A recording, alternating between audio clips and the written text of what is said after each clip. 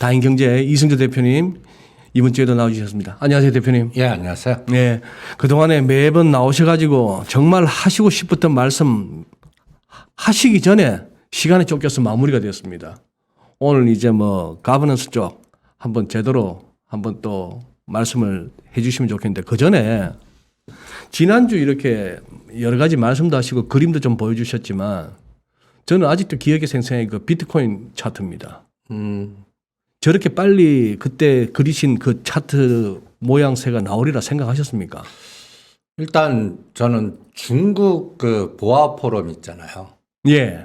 거기서 그러니까 제가 그나마 이 업계에서 그나마 좀 생존하는 데 도움이 되는 게 인맥을 좀 잘 인맥 파워가 있는데 제가 97년도에 중국을 그때 이제 투자도 하고 공부도 한다고 그래갖고 네. 중국을 좀 남들보다는 좀 빨리 들어갔습니다. 네. 그래서 이제 예. 거기에 중국 증권사 거기에는 그때 정도에는 우리나라 그 시장 전략가 정도 수준 정도 되는 과장급 그분이 어마무시하게 커졌어요.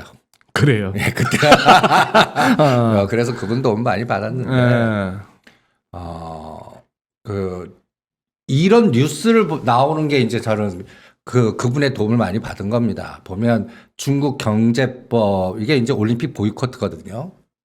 내년에 그 동계올림픽. 예. 그러니까 벌써 미국은 준비를 하고 있고요. 네. 그리고 제가 엔터테인먼트 좀 안 하겠습니다. 하는 게 이제 이 시진핑의 사회주의 색채 이게 약간 뭐라 그럴까요? 옛날에 그 모택통의 홍위병 수준은 아니지만 시진핑 이분이 지금 그 마인이라든지 요새 신장 사태라든지 갑자기 또 10조 되는 그 중국의 그 유명하신 어떤 그 10조 정도의 부자면 대단하지 않습니까?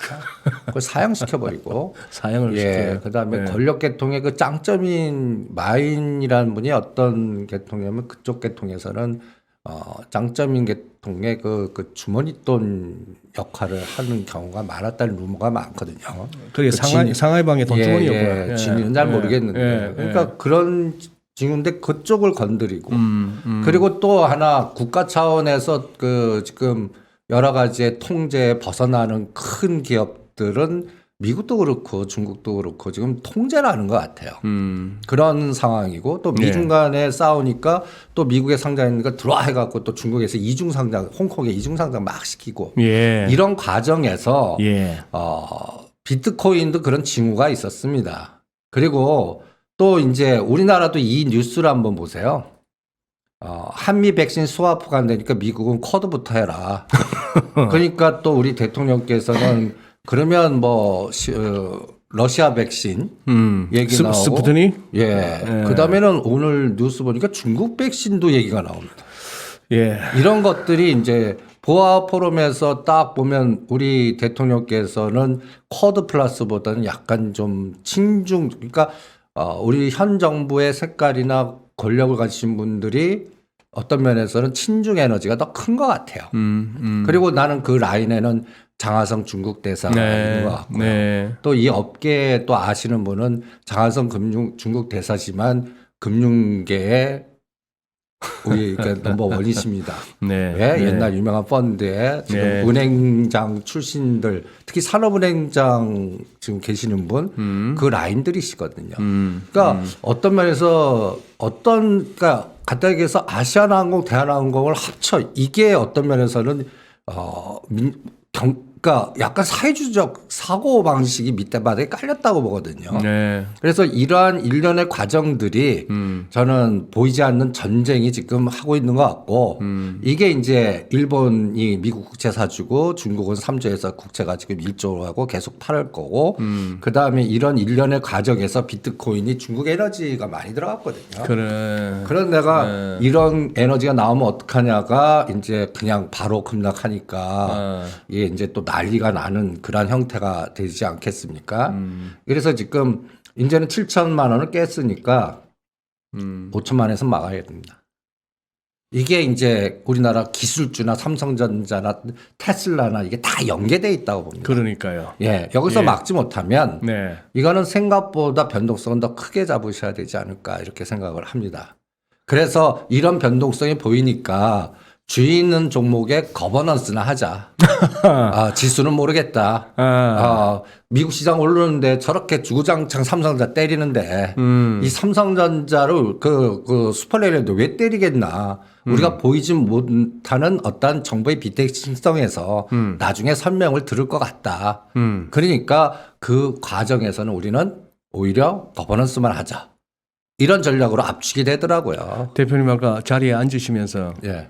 앞에 일부에서 박주건 대표께서 이 이론을 갖다가 잘 정리해 주셨으니까 나는 소설만 쓰겠다 하셨는데 그럼 지금부터 소설 한번 들어볼까요? 예. 오늘 구도를 잘 잡으신 것 같습니다. 그러니까 제가 이론적으로 이게 지분 관계가 어떻게 되는가는 이제 더 이상 설명 안 해도 될 것 같고. 네, 네. 그럼 시장에 어떻게 반응하냐가 네, 중요하지 네, 않겠습니까? 네. 그러니까요. 이거를 간단히 얘기해서 가장 좋은 방법이 네. 정의선 회장과 그 측근들 이게 저는 그 싱크탱크가 있거든요. 예. 그러니까 정의선 회장이 이런 머리 못 쓰십니다. 그러면 이쪽 전문가 집단에 뭐 예를 들어서 그 우리가 이제 그 일본 그 은어 가방 못지구로 옛날 이건희 회장님이 할 때는 이학수, 이분, 김인주 이 통들 비서실 통들이 있듯이 네. 이쪽도 있다고 봅니다. 그러면 그분들은 다 회계 전문가, 뭐 법률 전문가, 국제 뭐 이게 한 개인이 아닐 겁니다. 팀이겠죠. 예. 큰 팀으로. 예. 그러면 그분들의 생각과 그분들의 생각을 보고를 할 거 아닙니까? 그럼 정의선 회장님의 또 개인적인 어떤 그 기본이 있을 거 아니에요. 예. 여기서 충돌되는 거는 그 오너 뜻대로 수정이 될 거고. 예. 그 다음에 아이디어는 이제 그 흐름대로 간다고 볼 때, 예.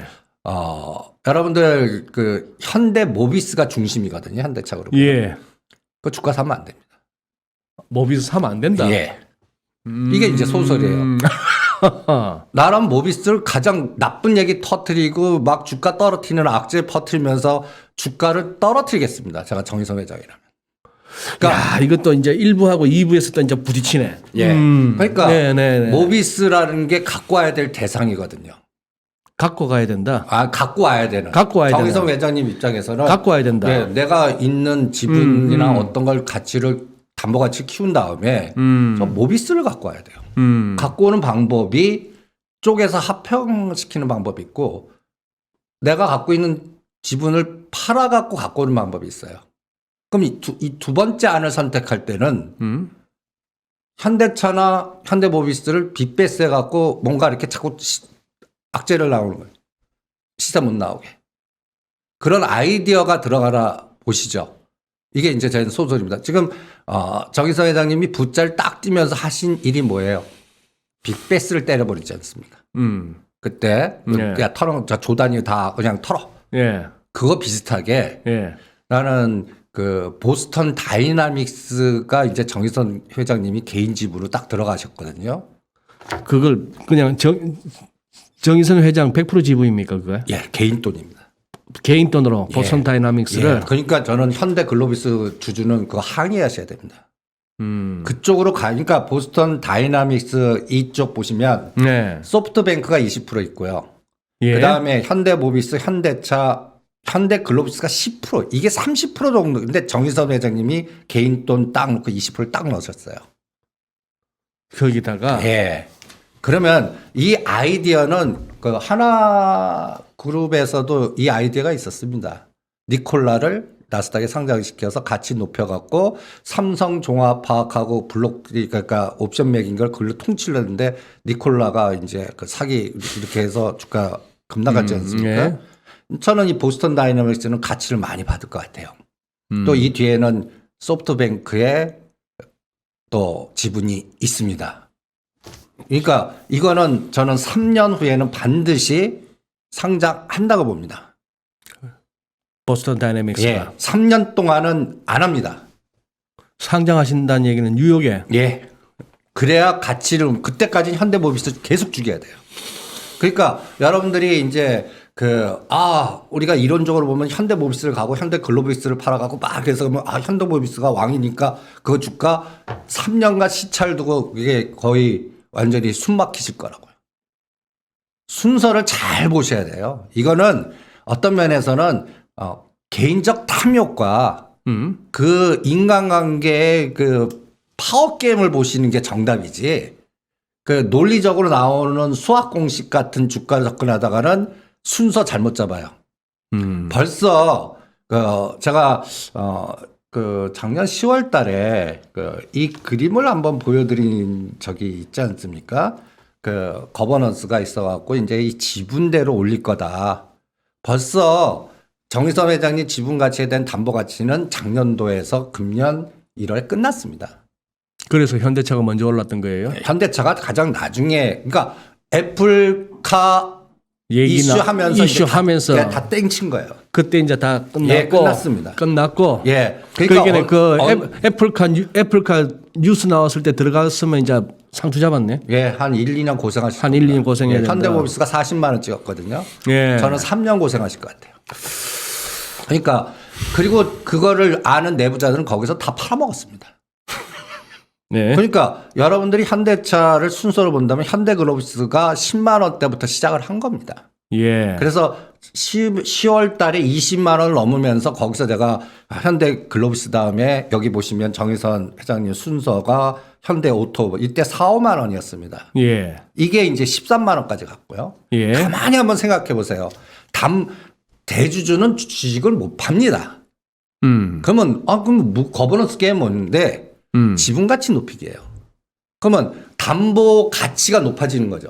엄청난 차이입니다. 예. 예. 갖다 10만 원 담보 가치하고 20만 원대 담보 가치가 하늘과 땅 차이라고요. 그 사이즈를 보시면. 그래 갖고 순서를 보세요. 현대글로비스 23%, 거기서 한번 게임 있었고요. 현대오토에버를 하고 쪼개고 합치고를 막 계열사 통폐합을 시켜버렸거든요. 네. 그 다음에 이제 기아차, 현대차 3만 원, 10만 원 되고 현대차 이러면서 애플카 모멘텀으로 저는 이거 설계한 어떤 분이 있다라고 생각합니다. 설계.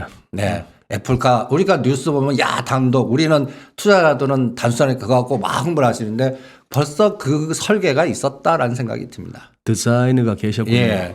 그러면 이제는 뭐 하냐? 제가 이 그 다음부터는 현대 엔지니어링을 건드릴 겁니다가 예. 이제 뭐냐면 이 11%가 비상장이거든요. 예. 그러면 이게 이제 제가 빨간 박스 친 게 이제 3년 동안은 요 두 개입니다. 현대건설하고 현대엔지니어링. 근데 현대엔지니어링은 지금 비상장 아닙니까? 예. 그러니까 상장될 때까지 기다리셔야죠. 그러면 그 사이에는 뭐 하냐? 현대건설이에요. 그러면 이제 정의성 회장님이나 그 측근들의 가져오면 한전부지 빨리 짓는 거예요. 그럼 한전부지 지면서 모든 SOC 에너지가 다 그래서 삼성동 땅값 가치 높이기 게임이 가장 핵심이 될 것 같아요. 좀 정몽구 회장님 10조 들었다고 난리치지 않습니까? 예. 그럼 거기를 건물 짓고 뭐하고 하면서 거기에 또 GTX가 다 모이고 삼성동 뭔가 지하화 시키고 또 지금 다음 정부 색깔까지 그게 지하화 정부 정책 단어들이 다다닥 나오지 않습니까? 네. 아주 큰 그림 같아요. 예. 그러면 다음 정부를 끌고 갈 수 있는 지도자가 누군가 또 전략이 뭔가가 또 합쳐지면 저 삼성동의 그 값어치는 저는 어마무시할 거고요. 네. 그 다음에 기아차에 차를 왜 뗐을까를 고민해요. 그게 그냥 아이디어가 아니라고 생각합니다. 이건 또 무슨 말씀입니까? 차 아니에요, 이제 기아는. 차 아니에요. 네. 그러면 네. 저는 정의성 회장님 때는 현대차는 쪼개진다고 봅니다. 그냥 현대차는 한 10년 지나면 예. 현대 무슨 뭐 제가 이것도 소설인데. 현대 제네시스, 어허. 현대 뭐 전기차 아이오닉. 그래서 요거를 분할을 하다 보면 사업부 스타일로 쫙 쪼개지는 중심은 기아가 될 거라고. 그래서 오토모빌리티하고 모든 에너지에 삼성동에 딱 보면 드론도 띄고 모든 오토모빌 트랙도 하고 모든 지하의 기본 센터를 그 정의사 회장님은 거기에 세계 중심을 하나 오토메이션의 센터에 기아. 기아는 차가 아니야. 그래서 그 기아 전체 매출 비중의 한 20, 30%만 자동차고 나머지는 다른 걸로 다 합병하고 뭐하고 해서 만들 거다라고 봅니다. 이게 소설입니다. 그러면 여러분들이 이런 생각을 한번 생각해 보세요. 그럼 3년 동안 뭐, 예. 어디 소스가 있는 겁니까? 아니면 대표님의 머리에서 나온 구도입니까? 그러니까 저도 생각도 하고, 그 다음에 저희들끼리 이제 1세대 그 법인이나 펀드 매니저라든 그 원로급의 사람들이 있단 말입니다. 예. 그런데 이런 분들은 직업이 우리 같이 이제 시장 전략가 같이 네. 분석하고 뭐하고 아니라 전에도 얘기했잖아요. 팔고 돈 버는 사람들이었습니다. 팔고. 예, 그러니까 이거를 어느 단가에 300만 주를 예를 들어서 팔아주면 계약을 해서 성과급 받고 계약을 끝내는 그러한 스타일만 훈련받은 사람들이 이제 펀드 매니저라든지 사모펀드라든지 그럼 이런 사람들 중에 또 대기업의 가방 못지 또나 어떤 그쪽에 연결해서 그런 일을 하시던 분들이 있지 않겠습니까? 네. 그런 분들끼리 이제 뭐 소모임입니다. 그런데 보면 너는 어떻게 생각하냐? 난 이런 것 같다. 뭐 하면 이렇게 공통분모들이 있잖아요. 저도 거기에서 아이디어를 많이 얻습니다. 그게 자주 말씀하시는 매도자의 관점이구나. 예, 이게 매도자의 관점입니다. 네, 네. 그러니까 여러분들이 이론적으로 이런 것들은 우리가 그 시장 전략가나 분석가 수준으로 접근하다가 큰일 납니다. 예. 그냥 내가 정의선 회장님 입장이 돼보는 거예요. 네. 빙의를 한번 해보는 거예요. 예. 그리고 이 순서가 근데 뜻대로 되지는 않을 거 아닙니까? 그리고 여기도 내부에 적이 반드시 있습니다. 그렇겠죠. 이건희 회장님이 온전히 그 이병철 회장님이나 그 가신그룹을 쳐내고 삼성그룹을 내 뜻대로 하는데 10년 걸리셨습니다. 제가 3년 전에 현대차 그룹이 이제 지배 구조가 있었어요. 그때 하셨으면 정의선 회장님 이게 완전히 실권을 하셨을 거예요. 글로비스를 제일 밑바닥에 주고 그러면 이 아이디어는 뭐는 다른 사람 끌고 정몽구 회장님이 정신이 온전하셨을 때 내가 잘리지 않기 위해서 그 가신그룹들 중심으로 움직였던 에너지가 그때 실패를 한 겁니다. 그때 엘리엇이 치고 들어가고 이런 또 외부 환경도 있었지만 내부 환경에 주면 그것대로 합병했다가는 현대차, 현대모비스가 중심이 됐었습니다.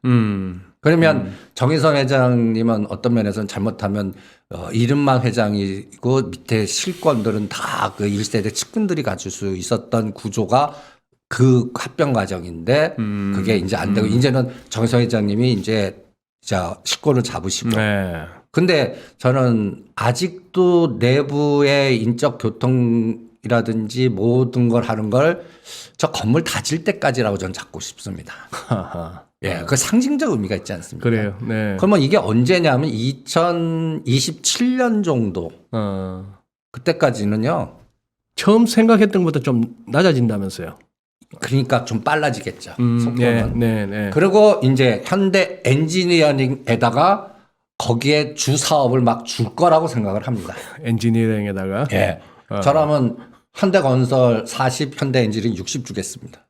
그러면 현대엔지니어링 가치가 막 높아서 상장시키면 IPO 단가 엄청나게 높아지고 그러면 현대엔지니어링 대주가 누구입니까? 현대건설이에요. 그리고 정의선 회장님이 또 갖고 계시고 네. 요 지분 가치 높이기 그러니까 나의 담보 가치 높여갖고 나중에 현대모비스나 현대차를 어떻게 갖고 올 때까지는 저기는 눌러 그리고 내가 갖고 올 수 있는 사이즈를 키우는 데만 총력을 다할 거예요. 그러니까 우선순위가 우리가 보면 이걸 분석하고 논리하면 현대모비스 사야 돼요. 근데 실전에서는 현대모비스는 3년 후에 사십시오. 아니면 박스 트레이딩입니다. 업황이 개선되면 올랐다가 떨어졌다. 이렇게 박스. 현대 글로비스도 마찬가지 같아요. 그냥 18만 원과 25만 원에서 박스. 그러면서 지금 총력을 다해야 되는 거는 이제 건설입니다.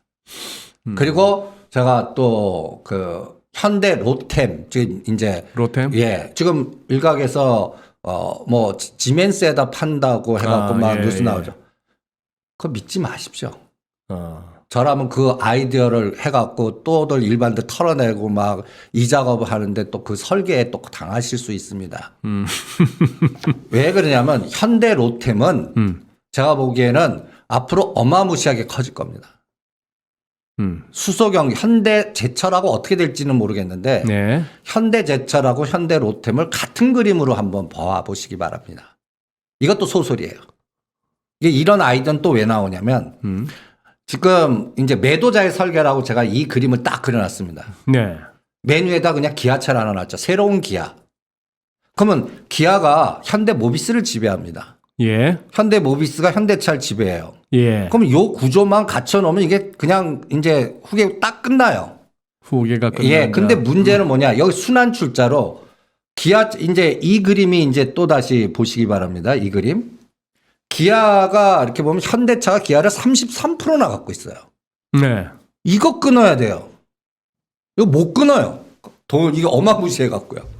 끊는다는 말씀이 뭐죠? 그러니까 순환 출자를 막으려면 현대차가 기아를 지배하는 거를 끊어갖고 기아가 완전히 독립적인 지주 맨 위에 딱 꼭대기 서야 된다는 얘기죠. 네. 근데 여기 현대차가 이 기아를 또 지배해 버리잖아요. 글쎄. 예. 그리고 또 현대모비스 기아는 완전히 순환 출자. 이거 고리를 끊어야 되거든요. 저 뱅뱅 돌고 있는데. 예. 이걸 예. 고리를 끊으려는데 이 규모 못 끊거든요. 예. 이 아이디어가 저는 한 5년 후에는 끊을는데 그게 이제 인적 분할, 물적 분할, 삼각 분할 뭐 이런 별 얘기도 다 나오는데 그때 할 것 같습니다. 싱크탱크들이. 그때까지는 눌러요. 그러면 여기서 이제 보면 현대제철이 갖고 있는 현대모비스 요 지분 요거는 블록딜을 할 가능성이 많아요. 블록딜. 그러니까 네. 우선순위를 잘 보시면 그리고 이제 이런 그림이 왜 나오나 한번 보세요. 이게 이제 스마트 시티, 그러니까 삼성동에는 전 이런 것들 볼 것 같아요. 삼성동에서. 예, 어디 지역 뭐 지하 가면 이게 트램 탁 타고 이게 뭐 수소 트램 같이 이제 뭐 뭔가 그 스마트폰 하나로 다 모든 게 다 자동으로 움직이고 네. 잘 하고 그리고 또 충전소, 예. 인프라 이런 것들을 하는 기업이 현대제철하고 현대로템입니다. 그리고 가장 중요한 거는 SK그룹하고 현대차 그룹이 하나는 완성차, 하나는 2차 전지나 이런 수소경제 두 분들이 힘을 합쳤다는 거. 이게 왜 그러냐면 두 분이 이게 이제 그 뭐라 그럴까. 그 호흡이, 그러니까 우리 재벌들 간에 남자, 쟨 싫어. 이런 거 있잖아요. 인간관계. 예. 그리고 이렇게 죽이 맞아갖고 형 이런 이게 굉장히 또 팔로더맨에 중요하거든요. 그래서 저는 LG화학이 이제 나중에는 좀 갑갑해질 거다. 왜냐하면 완성차의 현대차는 기아의 중심인데 여기에 수소 그래서 SK그룹 짝짝하면 SK 쓰지 LG 그걸 쓰겠습니까? 그러면 LG 거는 어떻게 해야 돼? 해외에다가 이제 이런 부분도 한 10년 후에는 생각을 하셔야 된다고. 그러니까 이런 구조를 쫙 보다 보면 저는 3년 동안에는 현대건설이나 현대로템, 현대엔지니어링 상장되면 현대엔지니어링 지배구조 보십시오. 엔지니어링. 현대건설이 건설이 있습니다. 예. 정의선 회장님이 11%나 갖고 있어요. 현대걸 아주 딱 요거 해서 가치 높이면 담보 가치 어마무시하게 커지죠. 예. 여기서 벌써 먼저 매듭을 풀 거라고 봅니다. 그리고 상장을 시키는 거예요. 예. 상장시킨 다음에 요거를 합병시킬지는 그때 상황에 따라서 달라질 것 같아요. 뭐하고 합병시켜? 현대건설하고. 건설하고. 예. 그러면 정의선 회장님이 현대 엔지니어링 지분 갖고 있는 게 현대건설이나 다른 걸로 이제 바꿀 수가 있는 상황이 되겠죠. 네. 그때 보스턴 다이나믹스를 상장하고 저기 한전부지 50층이 세동됐든 70층이 이동됐든 그거 다 완성시킬 것 같아요. 그게 빠르면 4, 5년 걸립니다. 그때 미리 현대모비스 들어갔다가는 여러분 숨 막히실 거예요. 그러니까 이런 순서를 잘 봐야 될 것 같고요. 저는 그 다음에 이거는 또 이제 신의 영역 같은데, 예. 제가 정몽구 회장님 이 지분을 언제 상속받을지는 우리가 예측을 못하지 않습니까? 예. 예. 그 함부로 얘기할 상황도 아니고. 예. 근데 측근들은 이 아이디어를 줄 거라고요. 계획을 잡고. 그렇겠죠. 그러면 회장님, 정몽구 회장님이 지분 많이 갖고 온 거는 미리 확보하지 마십시오라고 할 거라고요. 상속받으면 되니까. 그러면 이제 뭐가 많이 있는지를 읽어봐야 될 거 아닙니까? 예. 정몽구 회장님이 현대차 5% 갖고 계십니다. 5%. 기아차가 하나도 없어요. 음. 그다음에 현대모비스 7% 갖고 있습니다. 네. 그냥 이거 상속받겠습니다. 저는. 내가 그 컨설턴트라면 미리 사지 마시죠. 나중에 상속받으면 7% 넘어옵니다. 그다음에 현대글로비스 6% 여기가 이제 어마무시하게 커지고요. 현대 엔지니어링 합쳐서 커지겠죠. 그러면 두 개 합하면 아우 커지는구나. 커지죠. 네. 정유성 회장님이 예. 기아차 지분이 1.74밖에 안 됩니다. 그렇구나. 저라면 이거 삽니다. 에? 기아차 지분을 10%까지 확보할 거라고. 이뭔 말씀인지 찡하게 오네요. 네. 그러니까 현대모비스라든지, 그러니까 이게 이제 이게 인맥 구조하고 시차하고 시내 영역하고 모든 것 같이, 그러니까 어떤 면에서는 이게 드라마 작가 같이 접근하셔야 돼요. 이게 어널리스트나 분석가로 접근하다가 우리가 항상 당하는 게 이런 거거든요. 그럼 드라마 작가들 잘 쓰잖아요. 예. 그러한 뭐 역학 관계나 인물 관계나 밀고 땡기고 뭐 반전이나 이런 것들. 세상이 그런 것 같습니다. 그래서 이런 지배 구조를 들여다보면 정치적인 파워맨이 누구한테 갈 거냐. 거기에 내세우는 정책 방향성은 뭐냐. 이게 이제 도시 재생, 스마트 시티, 그 다음에 지하화, 그 다음에 GTX. 이게 모든 게 나는 지금 현대차 그룹한테 우호적이다라고 생각합니다. 다음 정부 끝날 때까지. 어떤 색깔이든. SOC를 해야 되니까. 그래서 모든 총력의 에너지는 SOC 하실 거예요. 그래서 저 건물 질 때 저기다가 이제 센터를 하나 딱 만들어 놓고 그때까지 내 측근들 다 확보해 놓고 그 다음에 보스턴 다이너믹스 상장시키면서 거기서 지분 같이 하면서 그때 이제 사이즈가 엄청나게 커지지 않겠습니까? 예. 부동산 가치도 담보 가치 어마무시하게 질 거고 예. 그때쯤에 이제 그 합병에 삼각 합병을 할지 뭐 인적 분할을 할지 물적 분할을 할지 그때 하지 않을까라는 생각을 합니다. 그러니까 괜히 지금부터 인적 분할 물적 분할 한다 이렇게 말 썼다가 그냥 숨 막히실 거라고요. 삼각 분할은 뭡니까, 대표님? 그래서 예. 현대차하고 예. 현대글로비스하고 예. 그 다음에 현대모비스를 세 개를 그냥 어떻게 쪼개고 합치고 팔고 블록디라고 해서 이게 삼각 쿠션 그래요. 이게 어마무시하게 커지는 거죠. 그렇게 되려면 보스턴 다이나믹스가 상장되면서 보스턴 다이나믹스를 누구하고 합할 거라고 봅니다. 저는 그게 현대 로템이 같다라는 소설을 씁니다.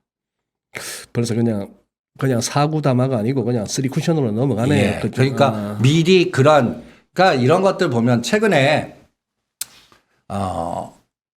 그 작년도인가 그 이수화 그룹도 요새 인적 분할 물적 분할을 무수히들 합니다. 요새만큼 하는 거 뭐 왜 그런다고 생각하세요?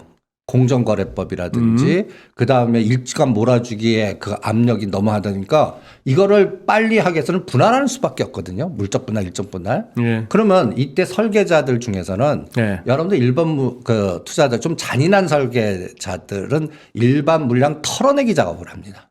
일반 물량 털어내기. 예, 악재 터트려 버리는 거예요. 그럼 놀래 갖고 그냥 일반들은 팔게 팔죠. 예. 이수화학도 그런 현상이 있었습니다. 이수그룹. 이수그룹도. 예, 이수건설 부분이 예. 이제 매각하려는데 이게 요새 같은데 팔리겠습니까?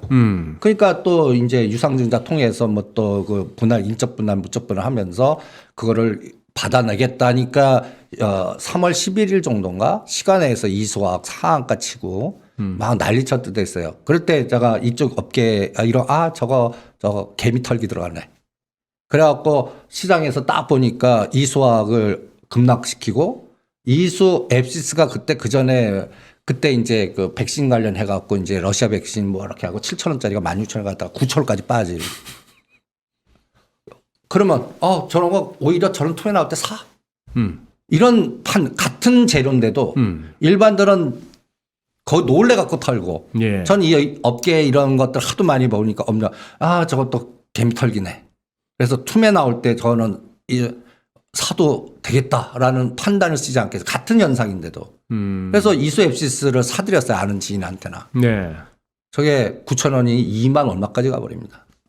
그 테마는 뭐 러시아 백신이고 뭐 이렇게 하지만 실질적으로 이러한 일감 몰아주기나 이럴 때 이런 현상들이 나옵니다. LG그룹도 그래요. 아까 이제 LG그룹에 분할할 때 LG 하우시스나 실리콘웍스나 이제 구본주님이 이제 그 떨어져 나가서 새로운 LG를 만들고 그걸 브랜드를 LX라고 하지 않겠습니까? 뭐 그것도 제가 갖고 와봤는데 보시면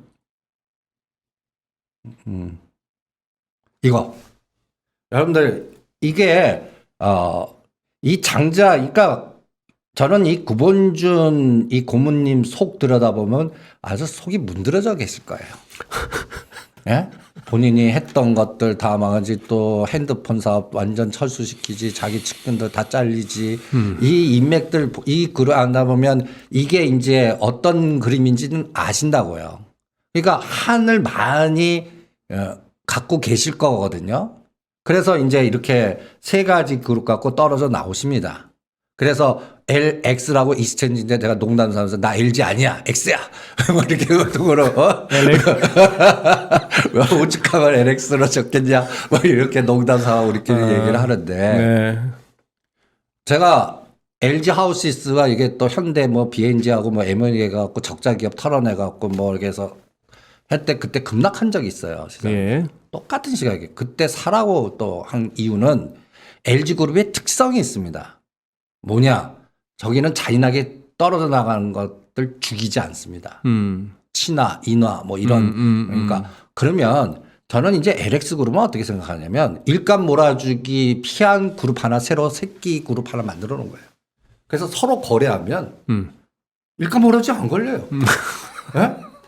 그러면 저는 그 LG전자 그 철수 그 스마트폰 철수하면 거기에 인적 자원이라든지 뭐 수많은 뭔가 그런 거 어떻게 하겠어요?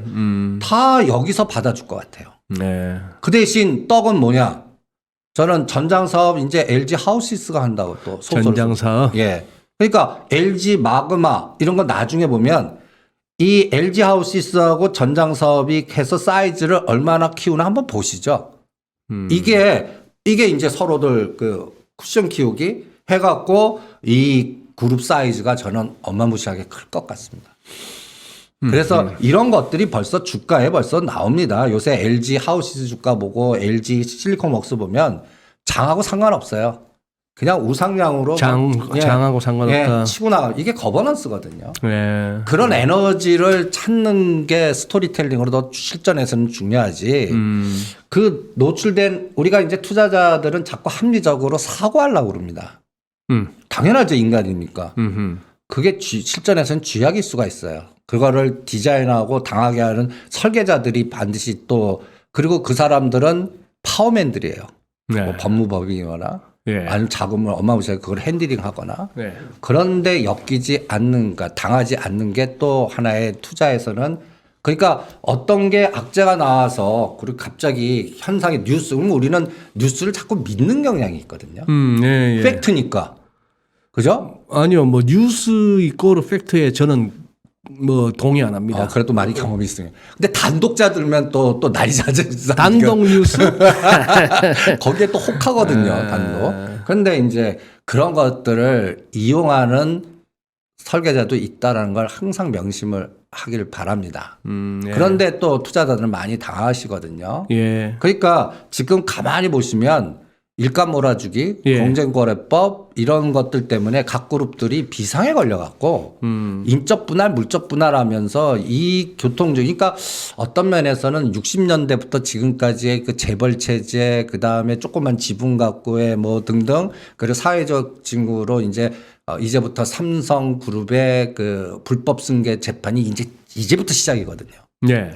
그런 것들도 이제 과거 60년 동안에 우리의 조그만 지분 갖고 이 전체적인 그룹을 지배하는 우리나라만 있는 이런 것들을 다 털어내면서 약간 선진화나 정상화가는 과정에서 이런 현상의 틈새로 나오는 거 아닌가. 그래서 이런 현상들이 각 그룹들이 이제 교통정리하고 뭔가 쪼개고 합치고 하면서 이런 게 되면 10년 정도 지나면 이제는 재벌이라는 단어보다는 이제 기업의 거버넌스라든지 지배 구조라든지 이런 개념으로 그리고 이제 그 종목의 중심 종목에서의 실적과 성장성에서 이제 주가를 재편받는 이런 세상이 오지 않을까.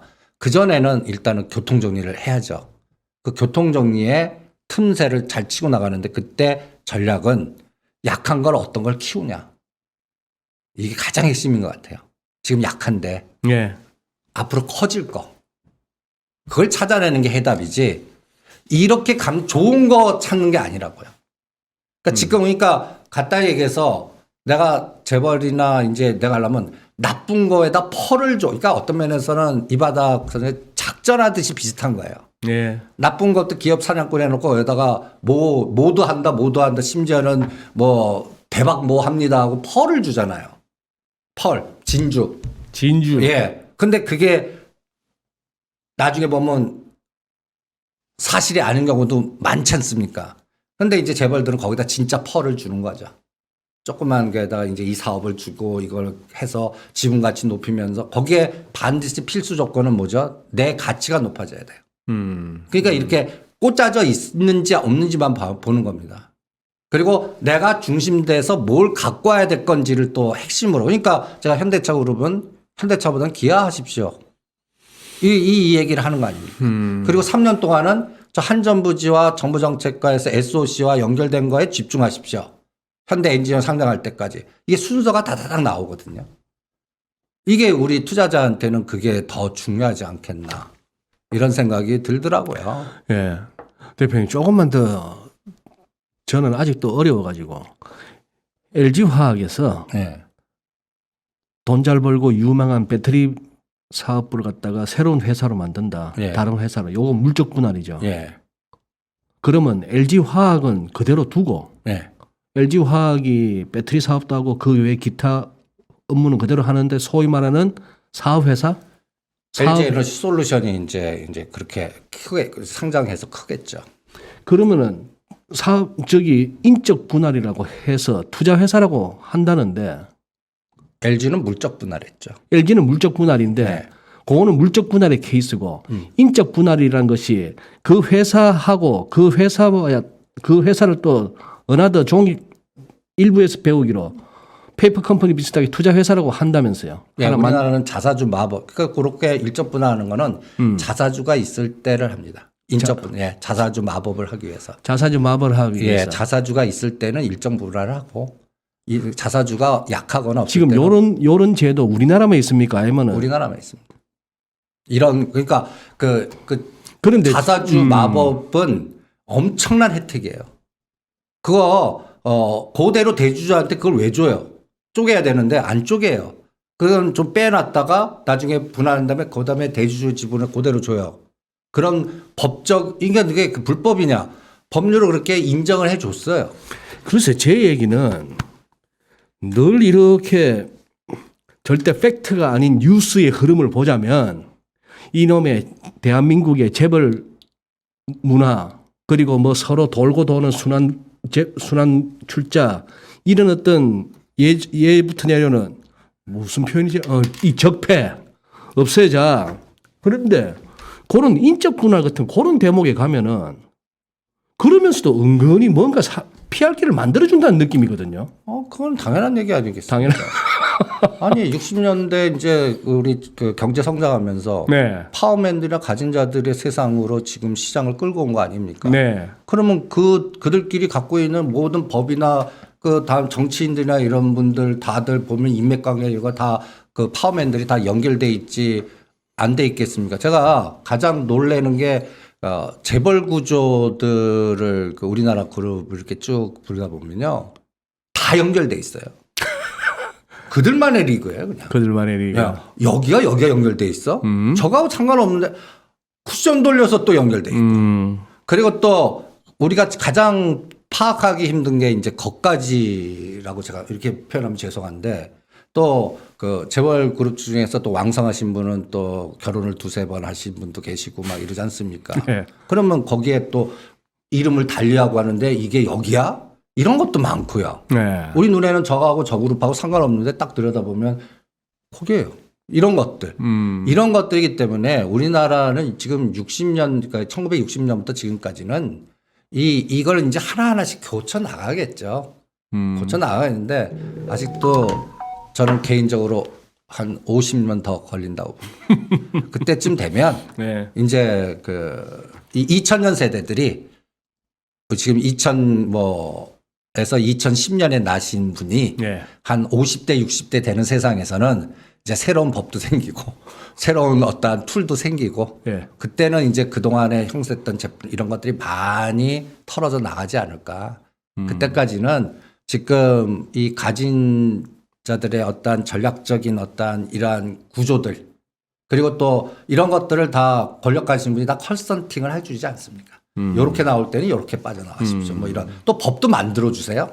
그러니까 이런 풍토는 어쩔 수 없습니다. 그러니까 제가 기울어진 운동장에서 싸우려면 그 기울어진 운동장에 열받아 갖고 거기를 뭔가 논리적으로 하기보다는 무르듯이 그걸 인정할. 기울어진 거 예, 인정. 인정. 그게 제일 중요한 것 같아요. 인정하면서 그쪽에서 가장 이득화시킬 좀 섹터를 모아서 우리는 돈 벌려고 거기다 숟가락 얹는 수밖에 없다. 그 방법 외에는 우리가 투자해서 그거를 찾아낼 수는 없다고 봐요. 여기에 이제 또 그래서 제가 툭하면 소크라테스 파가 되지 플라톤 파가 되지 마세요. 플라톤파는 뭐고 소크라테스파는 뭐? 플라톤 우리가 이제 펀드 매니저나 이런 거 제사를 할 때 예. 플라톤파는 이제 그러니까 우리 소크라테스는 인간의 불확실성 너 자신 네 꼬라지를 알아라. 네 꼬라지를 알아라. 그런 어떤 그런 기본을 갖다면 그 제자는 이상정치, 철인정치, 뭐 이런 정의, 것들. 이데아. 그러니까 예, 펀드 매니저가 이상정치, 제 사수가 플라톤 파였어요? 파였어요. 예. 한 번에 키우다가 한 망가뜨리시더라고요. 방에 훅가죠. 예. 그래서 오래 살아만 남는 분들이 가면 보면 노자 사상에 빠졌거나, 뭐 이런 데 어떤 저런 실패해도 되지. 이게 털어내기 쉬우신 분들. 그럼 빨리 제기해요. 다시. 그런데 이게 한번 뭔가 좀 이렇게 이상이 있고 뭔가 파워가 있고 좀 뭔가 정의감에 이렇게 막 그리고 뭔가 하시려고 오신 분들. 네. 제가 제 사수가 그런 분이셨는데 네. 우리가 팀이 7명인데 다 망가뜨렸습니다. 저는 운이 좋게 그래도 제기가 성공했지. 참 그런 게 있지 않습니까? 그래서 저는 이게 또 개인 사담인데 가장 최고의 투자서는 저는 노자의 도덕경 같아요. 그거를 읽어보시면 여러분들 제 말뜻을 알아게. 투자서 개인이 기술적 분석이나 이런 뭐 또 이거보다 노자 책을 읽어보십시오. 터득하는 게 많으실 겁니다. 내가 여기서 뭘 잘못했구나. 뭐 이런. 대표님 가장 시장에 몸담고 계시면서 가장 바닥에 처했을 때가 몇 년도입니까? 저는 92년도에서 95년도. 그때 뭔 일이 있었길래요? 우리 사수가 M&A 한다고. 예. 그러니까 간단히 예를 들어서 펀드 이렇게 하다 보면 제가 사수 조수 이렇게 도제 시스템으로 훈련시키는 사수. 예. 그분이 1억을 한 50억을 만들어 주셨어요. 개인적으로? 예. 아니 그 팀이요. 팀에. 그분 따라가니까 자연스럽게 그렇게 돼. 내 예. 실력같이 된 것 같잖아요. 그러니까 세상에 있는 돈이 젊은 애가 다 내 돈 같아요. 이제 세상 만만해 보이는 예. 거죠. 그리고 그 사수 그 선배님이 하는 거라면 이거는 뭐 아버님 말 안 들어요. 집합하면 집합 뭐 이런 풍토가 돼 있지 않겠습니까? 예. 그분이 딱 모아놓고 91년도에 예. 우리 기업 M&A를 하자. 어. 그게 이제 LG그룹 거까지에 있는 그 회사인데 예. 그만큼 사이즈가 됐어요. 예. 그래서 M&A 들어가다 거기서 망가졌습니다. 망가졌어요? 예, 그 회사가 상폐됐습니다. 마지막에는 롯데그룹이 살려줄 거다라고 하셨는데 그 그룹이 예. 거기까지 그걸 없애버리시더라고. 롯데그룹인데도 그러면 재기하시는 데는 얼마 걸리셨습니까? 10년 걸렸습니다. 10년 정도 그래도 운이 좋았어요. 그래도 저를 이끌어주신, 저를 욕했던 선배님이 저를 외국계 증권에 넣어줬어요. 국내 증권은 저를 안 받아주는 거예요. 그러니까 저도 붉은 이게 찍혔다라고 인지를 하는 거죠. 네. 그러니까 암만 가도 열심히 하겠습니다. 지책 상관없습니다. 일자리만 주십시오 해도 안 받아주는 거예요. 동패. 그러다가 이제 동양 페레그린하고 이제 첫 그 외국계 증권사가 갔는데 그때 이제 대우증권의 그 부장님이 그 임원으로 가셔갖고 그분이 저를 그래도 아깝게 생각하셨는지 개인 영업은 하지 마라 이제는. 네. 그래서 지금 법인 영업과 이제 해라 하면서 일자리 줬고 그때 이제 그때도 이제 거기에 한국계들 임원들은 다 반대했는데 우리 또 그 영국계 그 부사장이 저를 또 이쁘게 보셨네. 그러니까 외국 사람도 그런 것 같아요. 저 사고 한번 쳤어? 그러면 저건 잘해. 그래도 틀만 잡으면 가다듬으면 이제 내가 그래갖고 다 무마시켜 준 거예요. 그래서 일자리 준 거예요. 그러면 일자리 얻었으면 어떻게 해? 그냥 죽자 사자. 그러니까 그때는 제가 1인 1당백을 한 거죠. 그러니까 맨 처음 줄 때는 이제는 그냥 그러니까 새로운 개척지만 주시는 거야. 거래 없는 쪽. 기존에 있는 데는 이제 기득권층이 다 갖고 가고. 그래도 그냥 뚫고 한 3년 하니까 그래도 뭔가 터밭이 생기더라고요. 네. 그래서 그때부터 한 10년 하니까 이제 다시 또 그러다가 이렇게 딱 하면 이제 이게 97년 8년이 딱 온 거예요. 우리나라 IMF 중간 과정에서. 예. 중간에 예, 한번. 그런데 조금 딱 보이지 않습니까? 거기서 한번 오르고. 그리고 그러니까 저도 이렇게 인생을 딱 그거 보면 결국 IMF가 기회셨네요. 그러니까 제 인상도 대표님한테는. 보면 이게 청개구리 인상 같아요. 정말. 그러니까 국가적 위기 때 나는 튀어올랐고 그 다음에는 이제 안 다치는 거죠. 이제 조심해야 되고 그 다음에 이제 또 2008년 또 금융위기 때 두 번 도약하니까 이제 그 다음부터는 이제는 저는 아는 사람 피하기. 2008년이 대표님한테는 2008년 그 금융위기 때 내가 망가졌다가 아니고 그것이 기회였다. 두 번째 기회였다. 예. 그러니까 사람 인생을 이게 금융바닥 이렇게 쭉 보시면요. 그런 기회를 잡는 것들이 이렇게 모든 전체 시스템이 뭉개졌을 때 기회가 옵니다. 그때 같이 이걸 맥을 놓고 그 모든 거 다 포기하면 거기서는 이제 끝나요. 근데 그걸 기회로 잡고 시드머니가 작아도 괜찮아요. 그때 기회를 잡으면 네. 이게 이제 불가능한 거를 우리가 인간적으로 보면 저기는 못 넘어가. 근데 뛰는데 바람이 갑자기 불든지 뭐가 도와주는 게 있어갖고 이게 신의 바람이라고 표현하는데 저는 그런 신의 바람을 2번 받은 것 같아요. 그래서 그 다음부터는 이제 제가 왜 여기 나와서 이런 얘기 하냐. 그냥 제가 배운 것들 이런 것들을 이제 막 떠들어 드는 겁니다. 거기서 맞는 것도 있고 틀린 것도 있지만 제가 업계적 시각으로 배운 거를 이런 얘기를 해주는 데가 별로 없을 거라고. 예. 그냥 말도 안 되는 얘기 같이 들리시는 분도 계실 거라고요. 그래서 이 늦은 시간에 지금 1,700명 넘게 보고 계십니다. 아, 그렇습니까? 근데 대표님, 예.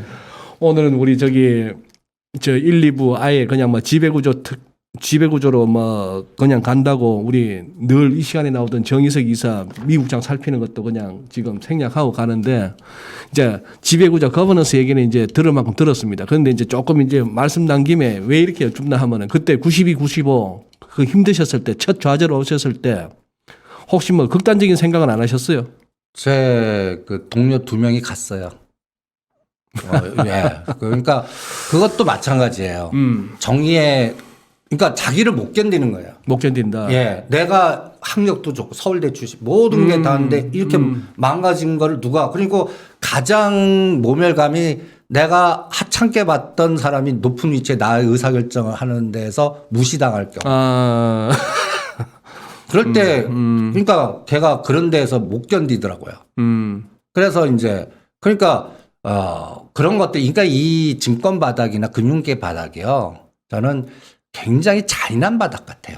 잔인하죠. 예. 여기가 어디 네 와서 편하게 돈 벌으라고 열어놓은 장이 아니지 않습니까? 그래서 네 돈 내가 빼먹겠다는 돈인데. 그래서 가장 중요한 게 저는 멘탈 같아요. 멘탈. 예. 그래서 멘탈 훈련이 중요하지.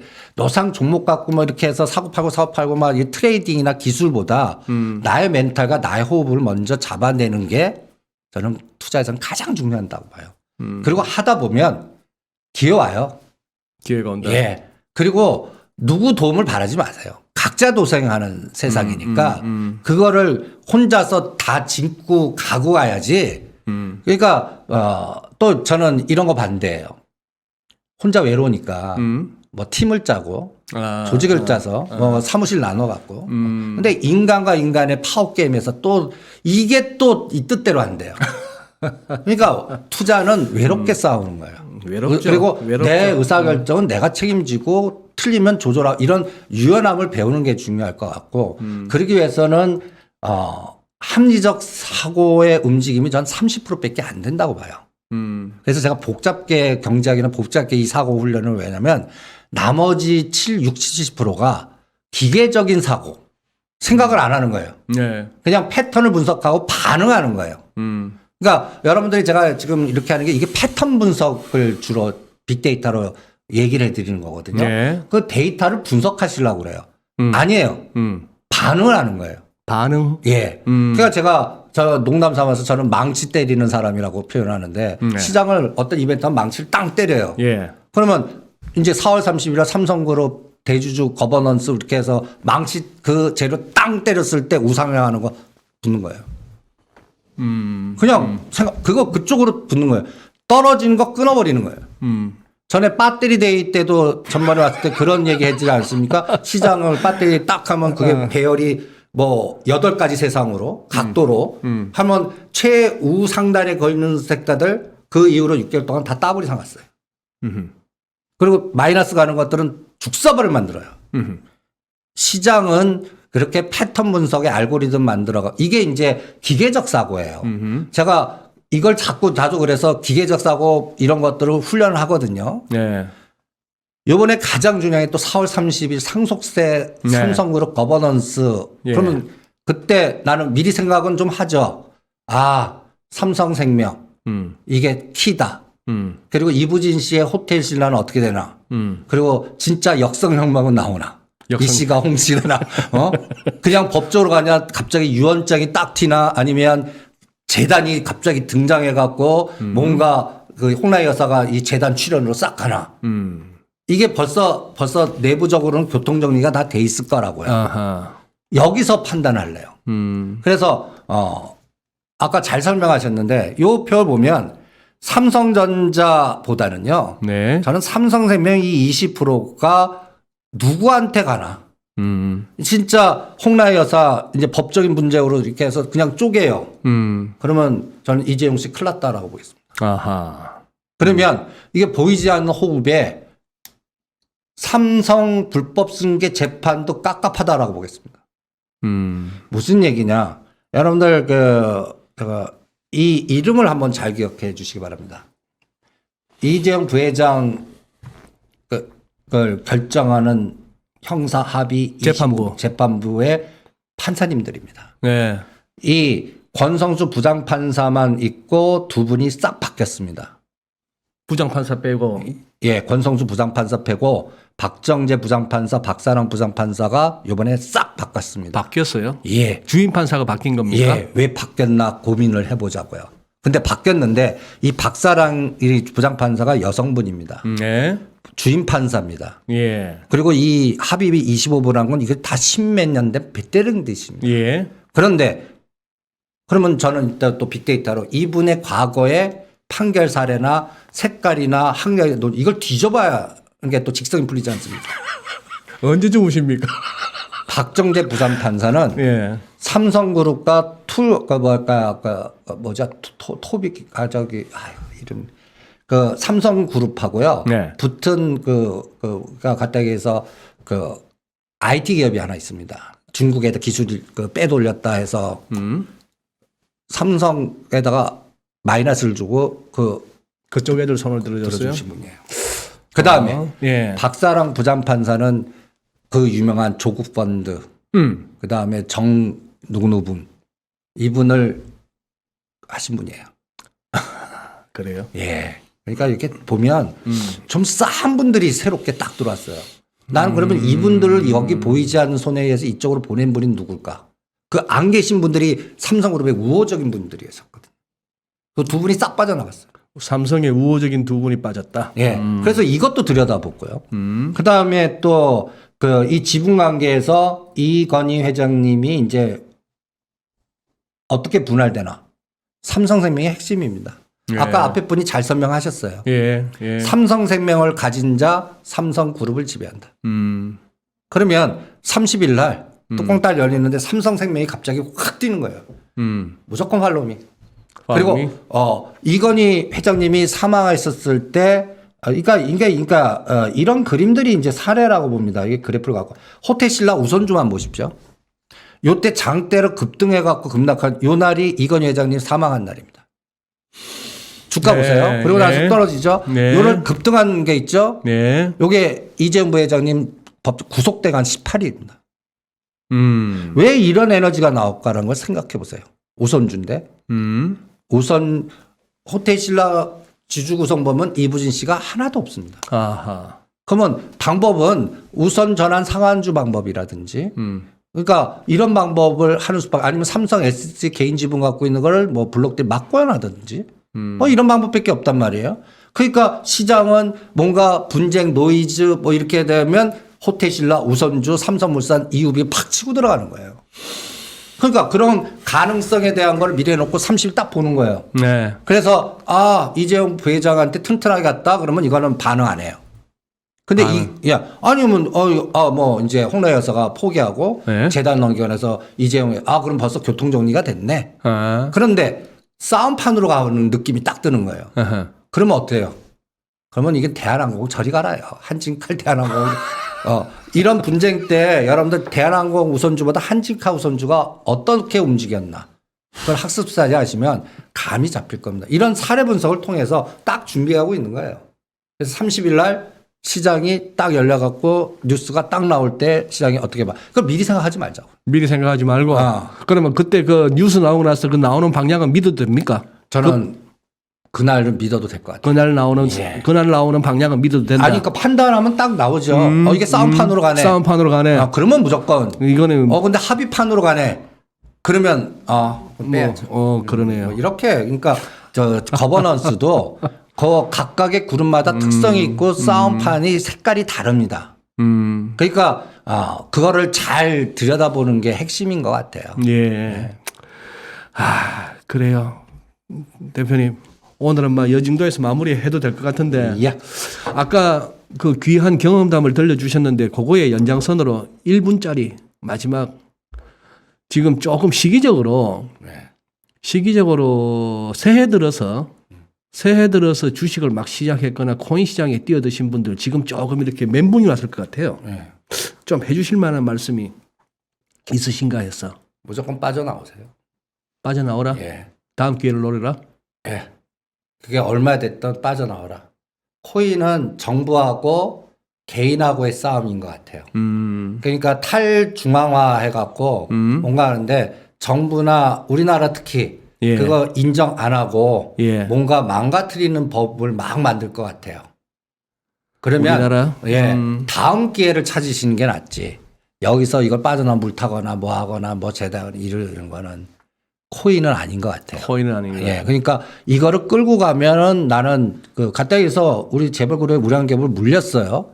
예를 들어 삼성 ESDS가 나 30% 마이너스 났어요. 높게 사서. 네. 근데 그런 종목은 기다리면 복구하거나 먹을 수 있는 그 시간에 뭐 이게 돼요. 근데 코인은 아닙니다. 코인은 아니다. 그래서 코인에 물린 코인이니까 계시면 무조건 튀어라.